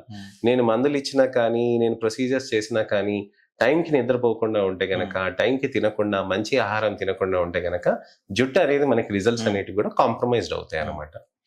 2వ విషయం, అసలు జుట్టుకి ట్రీట్మెంట్స్ ఎందుకు ఇంత ఎక్స్పెన్సివ్ ఉంటాయి అని అడుగుతారు. నేను అంటే ఈ మాట విషయం గురించి అని నేను చాలా మందితో డిస్కస్ చేస్తాను కూడా. ఎందుకనంటే ఇప్పుడు మేము ఒకటి ట్రీట్మెంట్ చేస్తున్నాం, ఎక్సోజోమ్స్ ట్రీట్మెంట్ అని. నా ఫ్రెండ్ ఆస్ట్రేలియాలో ఉంటాడు, హాన్ అని చెప్పి, డాక్టర్ హాన్ అని, వెరీ ఫేమస్ డాక్టర్ అనమాట. సో తను సేమ్ ఎక్సోజోమ్సే యూస్ చేస్తాడు. తను ఒక్క ట్రీట్మెంట్ ఎక్సోజోమ్స్ వచ్చేసి ఒక $700 చెప్తాడు. 700 ఆస్ట్రేలియన్ డాలర్స్ అంటే ఎంత? మీకు కనీసం 7,000, నీకు ఎంత, మీకు కనీసం ఒక 20 రూపాయలు అనుకుంటే మనం దాదాపుగా 14,000, 20,000, 30,000 దాకా ట్రీట్మెంట్ అవుతుంది కాస్ట్ కదండి. మరి ఆ 30,000 రూపాయలు మనం ఇక్కడ 10,000కి ఇస్తుంటే, 15,000కి ఇస్తుంటే మనకి ఎంతగా ఇదవుతుంది. సో మనం ఇండియన్ డాక్టర్స్ లో, ఇండియన్ హెల్త్ సిస్టమ్ లో మనకి చాలా ఎకనామికల్. ఇప్పుడు నేను ఒక లేజర్ యూస్ చేస్తున్నానండి, సేమ్ లేజర్ డాక్టర్ హాన్ యూజ్ చేస్తాడు ఆస్ట్రేలియా. సేమ్ లేజర్ మనకి ఇక్కడ యుఎస్ లో గానీ, యూకే లో గానీ, ఆస్ట్రేలియాలో గానీ సేమ్ లేజర్స్ ఉంటాయి నా దగ్గర, చాలా అత్యాధునికమైన ఎక్విప్మెంట్. వాళ్ళేమో ఛార్జ్ చేసేది ఒక్క ప్రొసీజర్ కి $1,000 ఛార్జ్ చేస్తారు. $1,000 అంటే మీకు 50,000 రూపాయలు. మనం ఇక్కడ ఛార్జ్ చేసేది ఎంత? 10,000-15,000. మరి ఎంత తేడా వచ్చింది? సో మనకి ఏంటంటే ఇండియాలో మనకి మంచి హెల్త్ కేర్ సెక్టర్స్ లో మంచి డాక్టర్స్ దగ్గర మీకు అత్యాధునికమైన టెక్నాలజీస్ ఉన్నప్పుడు కాస్టింగ్ అనేది కొద్ది కాంప్రమైజ్ కావాలి. ఎందుకనంటే ఆ కాస్టింగ్ అనే దగ్గరనే మీకు మంచి క్వాలిటీ అనేది ఇవ్వగలుగుతాం. మనకి క్వాలిటీ రావాలని అంటే ఎలా? ఇప్పుడు ఒక కార్ ఉంటుందండి, ఒక కార్ అనేది ఇంకా పెద్ద కార్ ఎందుకు మనం ఎక్కువ డబ్బులు పెట్టాలి? బెటర్ సేఫ్టీ ఫీచర్స్ ఉంటాయి, బెటర్ డ్రైవ్ ఎక్స్పీరియన్స్ ఉంటుంది, బెటర్ ఎండ్యూరెన్స్ ఉంటుంది. రిజల్ట్స్ అనేది ఇప్పుడు మన డ్రైవ్ అనేది ఎక్కువ సంవత్సరాలు వస్తాయి. చిన్న కారు తీసుకుంటే మనకి ఎక్కువ సంవత్సరాలు వస్తాయా? రావు. సో ఈ విధంగా మనం చూసుకోవాలి, ఏది క్వాలిటీ బేస్డ్ కాస్ట్, ఏది exacerbated cost. Indian health care is very economical. ఎందుకు బయట దేశాల నుంచి వచ్చి మన దగ్గర ఎందుకు ట్రీట్మెంట్ చేసుకుంటున్నారు? మెడికల్ టూరిజం అని. క్వాలిటీ బాగుంది. రెండవది కాస్టింగ్ అఫోర్డబిలిటీ. ఇప్పుడు అంత మంచి క్వాలిటీ ట్రీట్మెంట్ యుఎస్ లో కూడా దొరుకుతుందిగా. మరి యుఎస్కి వెళ్ళకుండా డబ్బులు పెట్టుకునేవాడు యుఎస్కి వెళ్ళి చేసుకోవచ్చుగా, కానీ ఇండియాకి వచ్చి ఎందుకు చేసుకుంటున్నాడు? సేమ్ క్వాలిటీ ట్రీట్మెంట్ ఇక్కడ జరుగుతుంది కదా అనే ఉద్దేశంతో వస్తున్నారు. సో మనకి ఎప్పుడైనా కానీ మనం కాస్ట్ బేస్డ్ ట్రీట్మెంట్స్ అనేవి మనం ఆ విధంగా ఆలోచన చేయొద్దు. సరే, ఇప్పుడు మనకి మీరు యాజ్ ఎ డాక్టర్ గా డైట్ అందరికి చాలా మందికి సజెస్ట్ ఇస్తూ ఉంటారు కదా, మీరు యాజ్ ఎ డాక్టర్ మీరేం డైట్ తీసుకుంటారు? నేను రెగ్యులర్ గా ప్రోటీన్ బేస్డ్ డైట్ తీసుకుంటానండి. రైస్ కొద్దిగా తీసుకుంటాను ఖచ్చితంగా. రైస్ తోటి కొవ్వు బాగా పెరుగుతుంది అని అంటారు, నాకు అభ్యంతరం లేదు. ఎందుకంటే రైస్ తగ్గిస్తే మనకి హెయిర్ లాస్ కొద్దిగా అవుతూ ఉంటుంది అనమాట. సో స్టేపుల్ ఫుడ్ ఏవైతే ఉంటాయో మనం ఎప్పుడు కూడా గివప్ చేయొద్దు. కార్బ్స్ అనేటివి మనం తీసుకోవాల్సిన అవసరం ఉంటుంది. ఎవ్రీడే ఈవినింగ్ నేను కొద్దిగా ప్రోటీన్ అనేది తీసుకుంటాను, ప్యూర్ ప్రోటీన్ తీసుకుంటాను. అలానే సాయంత్రం కొద్దిగా కార్బ్స్, కొద్దిగా ప్రోటీన్ ఏమైనా ఉంటే తీసుకుంటాను. అంటే మనం రైస్ తో పాటు కొద్దిగా చికెన్ గానీ, వెజ్ ప్రోటీన్ గానీ, పనీర్ గానీ ఇలాంటివి తీసుకుంటూ ఉంటాను. మధ్యాహ్నం పూట నేను కీరా, క్యారెట్స్, ఉడకబెట్టిన పల్లీలే తింటాను. సో ఆ విధంగా నేను మెయింటైన్ చేసుకుంటాను అనమాట. సో మార్నింగ్ పూట వచ్చేసి ఇంట్లో ఏది ఉంటే అది తినాలి, సో దాంతో పాటు మనం వెళ్ళాలి. సో ఆ విధంగా మనం అడ్జస్ట్ అయిపోతూ ఉండాలన్నమాట. సో డైట్ అనేది ఎప్పుడు కూడా బ్యాలెన్స్డ్ గా ఉండాలి. మనకి ఇష్టం ఉన్నది తినాలి, కొద్దిగా తినాలి, ఆరోగ్యవంతంగా బ్యాలెన్స్ చేసుకోవాలి. ప్రతిరోజు మనం స్ట్రిక్ట్ గా డైట్ ఫాలో అవ్వాలని అంటే మన హడావిడిలో పొద్దున్న 9 గంటలకు డ్యూటీకి వెళ్ళాలి, సాయంత్రం 7 దాకా పని చేసుకోవాలి, మళ్ళీ ట్రాఫిక్ లో ఉండాలి, మళ్ళీ ఇంటికి వెళ్ళాల్సిపోవాలి, మళ్ళీ ఇంటికి వెళ్ళిపోయినాక మళ్ళీ మిగతా పనులు చేసుకోవాలి. ఇప్పుడు వర్కింగ్ ఉమెన్ ఉన్నారనుకోండి, వాళ్ళకి చాలా కష్టం. వాళ్ళు వర్క్ చేసుకోవాలి, మళ్ళీ పిల్లలకి అడ్రస్ చేసుకోవాలి, మళ్ళీ నెక్స్ట్ డే మార్నింగ్ కి కూడా అన్ని రెడీ చేసుకోవాలి. సో ఇలాంటి అన్ని స్ట్రెస్ఫుల్ కండిషన్స్ లో డైట్ ఎంతవరకు అయితే మనకు మేనేజ్ చేసుకోగలుగుతున్నాం, మనం ఇష్టమున్న దాంతో హెల్తీ డైట్ అనేది మనం యాడ్ చేసుకోవాలి. ఇప్పుడు మనం ఏదైనా జంక్ ఫుడ్ తిన్నాం అనుకోండి, దానికి కొన్ని ఫ్రూట్స్ యాడ్ చేసుకోవాలి. మనం జంక్ ఫుడ్ తిన్నాం అనుకోండి, దాంతో పాటు ఒక బాయిల్డ్ ఫుడ్ తీసుకోవాలి. అలా మనం యాడ్ చేసుకొని మనం మొత్తం అంతా చేసుకుంటూ పోవాలి. ఇంకోటి సప్లిమెంట్స్ సార్, ఏదైనా మీరైనా సప్లిమెంట్ తీసుకుంటారా? నేను L-కార్నిటిన్ సప్లిమెంట్స్ తీసుకుంటానండి. దాంతో పాటు మనకు వచ్చేసి బయోటిన్ సప్లిమెంట్స్ కూడా తీసుకుంటూ ఉంటాను, మల్టీవిటమిన్స్ తీసుకుంటూ ఉంటాను. ఎవ్రీ 3 months కి 6 months కి నా బ్లడ్ వర్కప్స్ నేను చేసుకుంటూ ఉంటాను. అన్ని విధాలుగా మేము స్క్రీనింగ్ చేసుకుంటూ ఉంటామండి. సార్ మాకేదన్నా ఇప్పుడు నేను ఒక మిడిల్ క్లాస్ బాయ్ని, నాకు కూడా హెయిర్ థిన్నింగ్ అవుతుంది యాక్చువల్గా. మీరు డైట్ కొంచెం ఫాలో అవుతున్నాం, మీకు ఇంకో అడిషనల్ గా మీరు సప్లిమెంట్స్ యాడ్ చేసుకోండి, హెయిర్ గ్రోత్ చాలా బాగుంటుంది, హెయిర్ చాలా థిక్ అవుతుంది అంటే మీరు నాకేం సజెస్ట్ చేస్తారు? నేనైతే చెప్పాను కదండి, ఫస్ట్ లైఫ్ స్టైల్, న్యూట్రిషన్, తర్వాత వచ్చేసి సప్లిమెంట్స్ లో మీరు అడిగితే సేఫ్ సప్లిమెంట్స్ ఇవి తీసుకోవచ్చు. బయోటిన్ సప్లిమెంట్స్, బయోటిన్ కాకుండా కానీ అమైనో యాసిడ్స్ ఉంటాయి, వాలిన్, ఐసోల్యూసిన్, ల్యూసిన్ ఇలాంటి అర్జినైన్ ఇలాంటివి అన్నీ ఉంటాయి అనమాట. ఇలాంటి సప్లిమెంట్స్ ఎప్పుడు కూడా సేఫ్ గానే ఉంటాయి, మీకు ప్రాబ్లమ్స్ అనేటివి ఎక్కువగా ఉండదు. వైటమిన్ B12 ఎప్పుడు కూడా తీసుకుంటూ ఉండాలి. సంవత్సరంలో 3 నెలలు మనం ఖచ్చితంగా తీసుకోవాలి. నేను నా పేషెంట్స్ కి ఒకవేళ వైటమిన్ B12 ఎప్పుడు కూడా డెఫిషియన్సీస్ వస్తున్నాయి అని అంటే నేనేం చెప్తానంటే జనవరి, ఫిబ్రవరి, మార్చ్ లో, అలానే మీరు జూన్, జూలై, ఆగస్ట్ లో ఇలా 3 నెలలు 6 నెలలకు ఒకసారి ఇలా చేసేసుకోవాలి. సో అలా వేసుకుంటూ పోతుంటే మనకి మంచి న్యూట్రిషనల్ సప్లిమెంటేషన్ అనేది వచ్చేస్తూ ఉంటుంది. అలానే మనకి ఆరోగ్యరీత్యా ఫుడ్ అయితే మనం తీసుకుంటూ ఉండాలి. మినాక్సిడిల్ అనేది జుట్టుకి చాలా బాగా హెల్ప్ చేస్తుంది, కానీ ప్రొసీజరల్ వైజ్ గా మనం నెమ్మదిగా యాడ్ ఆన్ చేసుకోవాలి. సరే, ఐరన్, విటమిన్, ఐరన్ చాలా ఇంపార్టెంట్. ఐరన్ కానీ మెగ్నీషియం అని విన్నాను, జింక్, ఇవి చాలా హెయిర్ కు చాలా యూస్ఫుల్ అవుతాయి. ఇవి compulsory supplement wise daily wise తీసుకోవాలి అంటారు, కరెక్ట్ తీసుకొచ్చాయి. మళ్ళీ ఐరన్ సైడ్ ఎఫెక్ట్స్ చాలా ఉంటాయని విన్నాను. యాక్చువల్లీ ఇక్కడ ఒకటి చాలా ఇంట్రెస్టింగ్ పాయింట్ ఒకటి చెప్తాను. మనకి మన శరీరంలో ఎన్నో కణాలు ఉంటాయి, కరెక్ట్? ఈ కణాల్లో మనకి బ్రెయిన్ లో కణాలు ఉంటాయి, వాటినే న్యూరాన్స్ అంటాం. ఈ న్యూరాన్స్ అనేటివి ప్రతి క్షణంలో ఎన్నో లక్షలాది కోట్లాది న్యూరాన్స్ ఫైర్ అవుతూ ఉంటాయి. దాంతో మన బ్రెయిన్ అంతా పనిచేస్తూ ఉంటుంది, కరెక్ట్? సో మనకి ఎప్పుడైనా కానీ మనం తినకపోతే నీరసం పడిపోతాం, కరెక్ట్? సో ఎప్పుడైతే మనం నీరసం ఎందుకు పడతామో అక్కడ బ్లడ్ సప్లై అనేది బ్రెయిన్ కి తగ్గిపోతూ ఉంటుంది. మన ఆలోచన విధానం కూడా తగ్గిపోతుంది మనం సరిగ్గా తినకపోతే. ఎందుకని? ఆ బ్లడ్ సప్లైలో ఆక్సిజన్ తో పాటు మనకి న్యూట్రిషన్ అనేది బ్రెయిన్ సెల్స్ కి వెళ్ళాలి. సో మనకు అట్లా నీరస పడిపోతూ ఉంటాం కదా, అంటే బ్రెయిన్ సెల్స్ అనేటివి మొత్తం అన్ని కణాల కంటే చాలా యాక్టివ్ గా ఉంటాయి. దానికి ఎక్కువ న్యూట్రిషన్ కావాలి, ఎక్కువ ఎనర్జీ కావాలి. బ్రెయిన్ సెల్స్ తర్వాత పనిచేసే అంత యాక్టివ్ సెల్ ఏది మీరు చెప్పుకోగలరా? గుండెనా, లంగా, లివర్, స్ప్లీనా? ఇవేవి కాదు, జుట్టు కణాలు. అవునా? ఇది మీకు జుట్టు కణాలు మీకు బ్రెయిన్ సెల్స్ తర్వాత అంత గట్టిగా పనిచేస్తాయి అనమాట, అంత ఫాస్ట్ గా పనిచేస్తాయి. అంత ఎక్కువ దానికి న్యూట్రిషనల్ ఇంటేక్ అనేది దానికి అవసరం. ఓకే. సో మీకు ఏమవుతుందనంటే ఏదైతే న్యూట్రిషన్ మీరు తీసుకుంటున్నారో మీకు ఖచ్చితంగా మీకు అక్కడ బ్రెయిన్ కి వెళ్తుంది, తర్వాత హెయిర్స్ కి వెళ్తాయి, తర్వాత మిగతా బాడీ కణాలకు అన్నిటికీ కూడా సప్లై అవుతాయి. సో ఇది నార్మల్ ఫిజియాలజీ. అయితే మీరు ఇప్పుడు న్యూట్రిషనల్ స్టార్వేషన్ అయింది అనుకోండి, అంటే మీకు న్యూట్రిషనల్ అనేది కట్ డౌన్ అయిపోయింది, తగ్గిపోతుంది. అలాంటప్పుడు ఏమవుతుంది? మీకు బ్రెయిన్ సెల్స్ కి ఫస్ట్ వెళ్తుంది, ఎందుకంటే బాడీ ప్రయారిటీ బ్రెయిన్ సెల్స్ కి ఇస్తుంది. రెండో ప్రయారిటీ ఏం చేస్తుంది? హెయిర్ సెల్స్ కి అవసరం లేదు, హెయిర్ ది తర్వాత ఆపుదాం, మనం తర్వాత చూసుకుందాం, ఫస్ట్ మిగతా అన్నిటికీ పంపించండి. సో అప్పుడు ఏమవుతుంది? హెయిర్ సెల్స్ అనేటివి పనిచేయడం తగ్గిపోతాయి. అందుకోసమే మీరు సరిగా తినకపోతే, ఆహారం సరిగా లేకపోతే జుట్టు అనేది ఊడిపోతూ ఉంటుంది. ఇప్పుడు మీకు జ్వరాలు వచ్చాయనుకోండి, ఎవరికైనా కానీ కోవిడ్ జ్వరం వచ్చింది, కోవిడ్ జ్వరం వచ్చినాక 2 నెలల తర్వాత అందరికి విపరీతమైన జుట్లు ఊడాయి. ఎందుకు ఊడాయి? ఏదైతే కణాలకైతే ఏదైతే న్యూట్రిషన్ అవసరం ఉందో ఆ న్యూట్రిషన్ తీసేసుకుంది, కానీ మిగతా కణాలు అన్నిటికీ ఇవ్వాలి కదా, దానికే మనము ఇది చేస్తాం అనమాట. సో ఆ మిగతా కణాలన్నిటికీ న్యూట్రిషన్ అవసరం కాబట్టి అది మిగతా చోట్ల పంపించి జుట్టుకు ఆపేసింది. సో జుట్టు ఊడిపోయింది. సో బాడీకి తెలుసు ఎప్పుడు ఏది బ్యాలెన్స్ మెయింటైన్ చేయాలి. సో ఈ విధంగా ఐరన్ అనేది, మైక్రో న్యూట్రిషన్ అనేది జుట్టు కణాలకి చాలా ఇంపాక్ట్ చేస్తుంది. సో బ్రెయిన్ సెల్స్ కి పంపిస్తాయి, తర్వాత జుట్టుకు పంపిస్తాయి. ఇప్పుడు 49లో AMH టెస్ట్ మరియు వీర్య విశ్లేషణ 999 రూపాయలు మాత్రమే. IVF ప్యాకేజ్ పై 20,000 రూపాయలు తగ్గింపు. ఉచిత కన్సల్టేషన్, ఉచిత అల్ట్రాసౌండ్ స్కాన్. అపాయింట్మెంట్ల కొరకు సంప్రదించండి 8977788819. 49 అంటే ఆనందం, 49 అంటే సంతోషం. యాక్చువల్ అందుకే సార్, హెయిర్ ఒకసారి ఫాల్ అయిపోయిన తర్వాత ఈజీగా 1 month లో ఫాల్ అవుతుంది, కానీ అది రీగ్రో కావాలంటే సంవత్సరాలు పడుతుంది. అదే ప్రాబ్లం.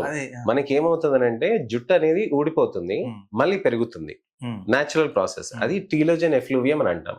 ఏదైనా స్టార్వేషన్ ఉన్నా, జ్వరం వచ్చినా, ఏదైనా ఇబ్బందులు అయినా కానీ ఏమవుతుంది అంటే అది ఊడిపోతుంది, మళ్ళీ వస్తుంది అనమాట. కానీ బట్టతలలు ఉన్నాయి అనుకోండి, మధ్యలో బట్టతల దూరుతుంది. సో ఆ టీలోజన్ ఎఫ్లూవియం అయినప్పుడు ఇది అన్మాస్క్ అవుతుంది. నేను చెప్పాను కదా, జెనెటిక్స్, ఎపిజెనెటిక్స్. సో ఆ ఎపిజెనెటిక్స్ అనే దానికి అప్పుడు ఏమైపోతుంది అంటే అలా దూరిపోతుంది. సో అప్పుడు బట్టతలలు వచ్చేస్తాయి. ఇదేంటి, నాకు లాస్ట్ టైం ఊడింది, లాస్ట్ సంవత్సరం నాకు జుట్టు ఊడింది, మళ్ళీ పెరిగింది, ఈ సంవత్సరం జుట్టు ఊడింది, పెరగట్లేదు. ఇది కామన్ గా వచ్చే క్వశ్చన్ అనమాట. ఎందుకని పెరగట్లేదు? ఎందుకనంటే మేల్ ప్యాటర్న్ బాల్నెస్ బయటకు వచ్చింది.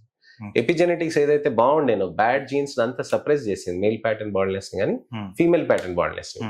అది రిలీజ్ అయిపోయేటప్పటికి మీకు జ్వరం వచ్చిందో లేకపోతే ఇది వచ్చిందో, ఈ బ్యాడ్ జీన్ బయటకు వచ్చేసింది. సో అది ఉండిపోతుంది అనమాట. సో ఇది ప్రాబ్లం అనమాట. సరే, ఈ మధ్య బాగా హెయిర్ ప్యాచెస్ ఒకటి బాగా ఫేమస్ అయిన సార్. అంటే కొంతమంది హెయిర్ ప్లాంటేషన్ చాలా భయపడుతున్నారు. అంటే వాళ్ళు హెవీ స్టెరాయిడ్స్ ఇస్తారు, దానివల్ల సైడ్ ఎఫెక్ట్స్, ఎరెక్టైల్ డిస్ఫంక్షన్స్, చాలా రకరకాల హెల్త్ ప్రాబ్లమ్స్ ఉంటాయి. అందుకని దానికి హెయిర్ ప్లాంటేషన్ వద్దు, ప్యాచెస్ ఈజీ బెస్ట్, పెట్టుకోండి, మీకు అవసరం తీసేసుకోండి, పెట్టేసుకోండి అంటున్నారు. నిజంగా హెయిర్ ప్లాంటేషన్ వల్ల సైడ్ ఎఫెక్ట్స్ ఉన్నాయా? హెయిర్ ట్రాన్స్ప్లాంటేషన్ అనేది చాలా సేఫ్ అండి. అసలు మన దగ్గర ఉన్న స్ట్రింజెంట్ ప్రాసెస్ అనేటిది మనకు చాలా సెక్యూరిటీని ఇస్తుంది అనమాట. ఏ విధంగా అంటే ఇప్పుడు నేను ఒక పేషెంట్ ని చూసాం, బీపీ ఉండే, బీపీ ఉన్నదని ఆ పేషెంట్కే తెలియదు. సో మేము ఫిజిషియన్ పంపించాం, ఫిజిషియన్ చూసుకున్నారు, బీపీ ఉందని చెప్పారు, బీపీ కంట్రోల్ కావాలని అన్నారు. ఆయన టాబ్లెట్స్ ఇచ్చారు, ఆయన టాబ్లెట్స్ ఇచ్చినాక కంట్రోల్ అయింది. మళ్ళీ నెక్స్ట్ డే వచ్చినాక ఆయన సగం బిల్లలు వేసుకున్నారు, మిగతాది వేయలేదు అని అన్నారు. బీపీ పెరిగింది, నేను ట్రాన్స్ప్లాంట్ చేయలేదు. అవసరం ఏముంది? బీపీ నార్మల్ అయినాక అప్పుడు చూద్దాం, తొందర ఏముంది?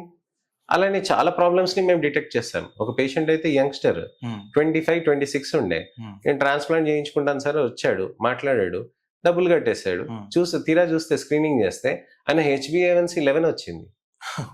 25-26 ఏళ్ళకి HbA1c 11 ఏంటి? ఇది షుగర్స్ చూడు అని అంటే ఫాస్టింగ్ చేస్తే డయాబెటీస్ ఉంది, పోస్ట్ లైన్ చేస్తే డయాబెటీస్ ఉంది. 25-26 ఇయర్స్ కి వస్తాయి, సహజంగా వస్తాయి. షుగర్ చాలా నార్మల్ అయిపోయింది, చాలా నార్మల్ అయిపోయింది. వేరే ఫ్యాక్టర్స్ వాళ్ళ ఇంట్లో అందరికీ ఉండేనట షుగర్, వాళ్ళకి అందరికి అర్లీ ఆన్సెట్ వచ్చాయట. అంటే అర్లీ ఆన్సెట్ వచ్చినప్పుడు వీళ్ళకి వస్తాయి కొంతమందికి. సో అది చెక్ చేసాం, చెక్ చేసినాక చూస్తే ఆయనకి డయాబెటీస్ ఉన్నది. ఆయన మొత్తం కంట్రోల్ అయినాక 2-3 నెలల తర్వాత వచ్చి చేయించుకున్నాడు. సో మాకు తొందర ఏం లేదు, అన్ని కంట్రోల్ చేసినాక చేస్తాం. ఒక అతనికి చాలా ప్రాబ్లం ఉండే, ఇతర ఆరోగ్యరీత్యా ప్రాబ్లం ఉండే, మైట్రల్ వాల్వ్ రిపేర్ అని అంటాం. అంటే మనకి హార్ట్ లో ఉన్న ఒక వాల్వ్ ప్రాబ్లం ఉంటే దానికి రిపేర్ చేసాం. ఆయన మొత్తం కార్డియాక్ ఎవాల్యుయేషన్ చేసాం. కార్డియాక్ ఎవాల్యుయేషన్ చేసినాక అంత బాగుంది, ఇప్పుడు చేయించవచ్చు ట్రాన్స్ప్లాంట్ అన్నప్పుడు అనెస్థెటిస్ట్ పక్క నుండి చేయించాం. సేఫ్ ఉండే, ఏమైంది? ఏం కాలేదు. ఒక పేషెంట్ ఉండే, అతనికి మొత్తం మామూలుగా ఆరోగ్యవంతంగా ఉండే, 28-29 ఇయర్స్. ఆ అబ్బాయికి నేను మామూలుగా రూటీన్ గానే నేను ఈ ప్రోటోకాల్ లో పెట్టి స్క్రీనింగ్ చేశా. స్క్రీనింగ్ చేస్తే అతనికి కార్డియాక్ బ్లాక్ ఉండే. సో అబ్బాయి వచ్చి అడిగాడు, సార్ ఇట్లా కార్డియాక్ బ్లాక్ ఉంది సార్ అంటే, నువ్వు ఫస్ట్ అక్కడికి వెళ్ళి నువ్వు సర్దుకో బాబు, అది చేసుకో, హెయిర్ ట్రాన్స్ప్లాంట్ ఎప్పుడైనా చేద్దామని. 6 నెలల తర్వాత వచ్చాడు, వచ్చి సార్ నాకు ట్రాన్స్ప్లాంటేషన్ అంటే నేను జంకుతున్నాను సార్, నేను అలాంటప్పుడు నేను మామూలుగా PRP మీసో GFCs చేసుకుంటాను అని అంటాడు. సరే చేసుకో అన్నారు. సో మనకి హ్యాపీగా మన పనులు మనం చేసుకోవచ్చండి. మనం ట్రాన్స్ప్లాంటేషన్ అనేది ప్రశాంతంగా, సెలెక్టివ్ గా, ఎలెక్టివ్ గా చేసుకోవాలి. అంతేగాని ఎవడు పడితే వాడు వస్తే మనకి జుట్టు పెట్టేద్దాం అని అంటే అలా కాదు. అన్ని ఆరోగ్యరీత్యా అన్ని చూసుకొని అన్ని నార్మల్ ఉంటేనే నేను చేస్తాను. ఈ మధ్య మరి అంటే చాలా మంది ప్రాక్టీషనర్ ఉన్నా లేకున్నా చాలా మంది హెయిర్ ప్లాంటేషన్ ఈజీగా చేసేస్తున్నారు సార్. యాక్చువల్గా హెయిర్ ట్రాన్స్ప్లాంటేషన్ అనేది ఆర్ట్ అండి. దానికి చెయ్యి మనకి మంచిగా ఉండాలి, దానికి ఆ విధంగా ఉండాలి. దాంట్లో అయితే కన్ఫ్యూజన్ లేదు. ఫస్ట్ అయితే సెకండ్ ఏంటంటే ఒక ఫిజిషియన్ దగ్గరికి వెళ్ళి స్క్రీనింగ్ చేయించుకోవటంలో తప్పేముంది? అవును సార్. ఒక విధంగా మనం స్క్రీనింగ్ చేసుకుంటే మన ఆరోగ్యం ఉంటుంది, మనకు తెలుస్తుంది ఏమైనా ఉందంటే కరెక్షన్ చేస్తాం. కరెక్షన్ అయినాకనే మనం ట్రాన్స్ప్లాంట్ చేస్తాం. సింపుల్ గా ఇప్పుడు నా దగ్గర బీపీ ఉన్న పేషెంట్స్ వస్తారు, వాళ్ళకి అన్ని సర్దుకుంటాయి, సర్దుకున్నాక మేము చేస్తాం. ఇతరత్ర ప్రాబ్లమ్స్ ఉంటాయి, అనెస్థెటిస్ట్ ఉంటాడు, చూసుకుంటాడు. సో ఆ విధంగా మనం సేఫ్టీ ప్రయారిటీ చేసుకుంటే చాలా సింపుల్ గా అయిపోతుందండి. రెండోది వచ్చేసి మీరు విగ్స్ గురించి, సిస్టమ్స్ గురించి అని అన్నారు. సిస్టమ్స్ అనేటివి 20-30 ఏళ్ళ నుంచి ఉందండి. అది చాలా సంవత్సరాల నుంచి ఉంది. కానీ అది చూసే వాళ్ళకి అందరికీ బాగుంటది, పెట్టుకున్న వాడికి నరకం. వాడు రోజు దాంట్లో తలలో దురద వస్తూ ఉంటది, అక్కడ చెమట వచ్చినా, అక్కడ ఆయిల్ వచ్చినా, ఏదొచ్చినా అక్కడ కిందనే ఇరుక్కుంటదిగా. మీకు ఇప్పుడు రాత్రిపూట పడుకొని మీరు లేచినాక ఇక్కడ చెమట వస్తుంది, మెడ దగ్గర చెమట వస్తుంది, మీరు ఏం చేస్తారు? కడుక్కుంటారు, తుడుచుకుంటారు. అది తుడుచుకోకుండా మీరు ఒకరోజు వదిలేస్తే ఏమవుతుంది? దురద వస్తుంది. అదే దురద ఇక్కడ వస్తే వాడికి ఎలా గొప్పుతాడు? తీసేయాల్సింది, మళ్ళీ గొక్కుని మళ్ళీ పెట్టుకో. నెలకు ఒకసారి వాళ్ళు తీస్తారు, నెలకు ఒకసారి తీసి షాంపూ చేసి ఇచ్చేస్తారు. అది తీసినప్పుడు ఎంత కంపు కొడుతుంది అంటే అసలు అది అవసరమా అని అనిపిస్తుంది. సో రోజు తీసి పెట్టేటివి ఉంటాయి సిస్టమ్స్. సో రోజు తీసి పెట్టేటిది కూడా బాగానే ఉంటది, కానీ దానివల్ల హెయిర్ లాస్ ఆగుతుందా? లేదు. దానికి ఒక గమ్ ఉంటది కదా, అతికిచ్చినప్పుడు మనకి ఇరిటేషన్ అనేది ఉంటదిగా. మరి సో సిస్టమ్స్ అనేటివి అందరి సిస్టమ్స్ లోకి ఎందుకు మూవ్ కాలేదు? సిస్టమ్స్ అనేటివి అడ్వర్టైజ్ చేసినప్పుడు అందరు తీసుకుంటారు, 6 నెలల తర్వాత వదిలేస్తారు. అది పర్మనెంట్ సొల్యూషన్ కాదు కదా, హెయిర్ లాస్ కి సొల్యూషన్ కాదు కదా. అందుకోసమని ఇవి అన్నమాట. సో మనకి ఎప్పుడు కూడా హెయిర్ లాస్ ఉంది అని అంటే మనం సిస్టమ్స్ తోటి మనం మేనేజ్ చేసేది ఒకంత వరకు మంచిదే. ఇప్పుడు పెళ్లి ఉంది అనుకోండి 3 నెలల్లో, ఆ అబ్బాయికి బడతలా ఉంది, అమ్మాయి వాళ్ళకి తెలుసు బడతలా ఉందని, కానీ నాకు అక్కడ సొల్యూషన్ కావాలి, అప్పుడు అది సిస్టమ్ పెట్టుకోవచ్చు. పెళ్ళైన తర్వాత తీసేయచ్చు. టెంపరీగా అది బాగా పనిచేస్తాయి, కానీ పర్మనెంట్ గా అది ఎప్పుడు పనిచేయదు. మీరు చెప్పింది ఒక విషయం చాలా షాకింగ్ ఉంది, ఏంటంటే హెయిర్ ట్రాన్స్ప్లాంటేషన్కి వస్తే మీరు ఇన్ని అంటే ఒక ప్రాబ్లంతో వస్తే మీరు 10 ప్రాబ్లం నీ బాడీలోనే రికగ్నైజ్ చేస్తే అంటే అది మాది స్క్రీనింగ్ బేసిక్ ప్రాసెస్ కదండి. ఎంబీబీఎస్ చదువుకున్నాక మన బేసిక్ టెండెన్సీ ఏంటి అని అంటే ఉన్నాయి అన్ని మనం స్క్రీనింగ్ చేసుకోవాలి. ఉన్నాయి అన్ని స్క్రీనింగ్ చేసుకున్నాకనే ఏదైనా ప్రొసీజర్ చేయాలి. ఏ ప్రొసీజర్కి ఆ ప్రొసీజర్ తగ్గట్టుగా స్క్రీనింగ్. పిఆర్పి, జిఎఫ్సి, మీసోస్ కి, ఎక్సోజోమ్స్ కి మనం స్క్రీనింగ్ లో చిన్న రక్త పరీక్షలు సరిపోతాయి. హెయిర్ ట్రాన్స్ప్లాంటేషన్ కి అది పెద్ద ప్రొసీజర్ కాబట్టి మనం ఆ విధంగా చూసుకోవాలి. మనకి వేరే వెటిలిగో సర్జరీస్ ఉంటాయి, వాటికి ఓన్లీ బ్లడ్ టెస్ట్లు సరిపోతాయి, స్టెబిలిటీ ఆఫ్ ది ప్రాబ్లం సరిపోతుంది. సో ఇలాంటివి ఏ స్క్రీనింగ్ దేనికి దానికి ప్రీ రిక్విజిట్స్ అది సింపుల్ పాయింట్ అది. Thank you sir, thank you. చాలా విషయాలు చెప్పారు, చాలా విషయాలు కానీ మీకు టైం చాలా తక్కువ ఉంది. సో మీ వాల్యుబుల్ టైంలో మాకు కూడా కొంచెం టైం ఇచ్చి కొంచెం నాలెడ్జబుల్ విషయాలు చెప్పారు. చాలా thank you sir. You're most welcome అండి. Anything regarding scientific hair loss approach అని అంటే మీరు తప్పకుండా మమ్మల్ని అప్రోచ్ కావచ్చు. Thank you sir, thank you very much. మీరు మళ్ళీ టైం ఇవ్వాలి మాకు, ఒక మంచి టైం, కొంచెం ఎక్కువ టైం ఇస్తే కొన్ని ఎక్కువ క్వశ్చన్లు అడిగి, మా వాళ్ళు చాలా క్వశ్చన్స్ ఉన్నాయి, ఆయిల్ పెట్టాలా, అదా ఇదా ఇది చాలా చాలా క్వశ్చన్స్ ఉన్నాయి. మళ్ళీ మీరు ఇప్పుడు టైం ఇస్తే అవన్నీ మీరు ఎన్ని ప్రశ్నలను తీసుకురండి, దానికి మంచి ఇంట్రెస్టింగ్ జవాబు తోటి నేను చెప్తా. Thank you very much. Thank you Purna. Thank you.